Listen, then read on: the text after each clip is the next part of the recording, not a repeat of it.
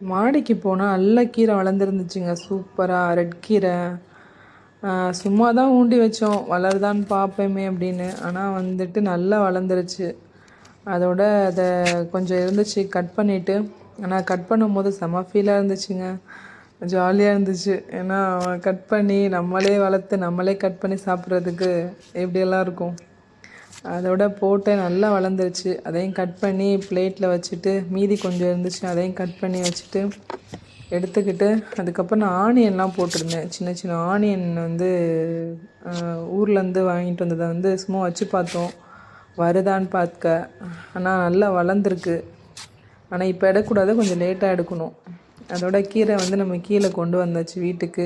Cut பண்ணி சாப்பிட்றதுக்கு ரெடியாக இருக்கும்போது ஞாபகம் வந்துச்சு, எங்கள் அம்மா செஞ்சு வச்சு கெஞ்சுவாங்க, கீரை சாப்பிட்றேன்னு. ஆனால் அப்போல்லாம் சாப்பிடவே தோணாது. இப்போ தான் யோசிக்கிறேன் எங்கள் அம்மாவோட அருமை.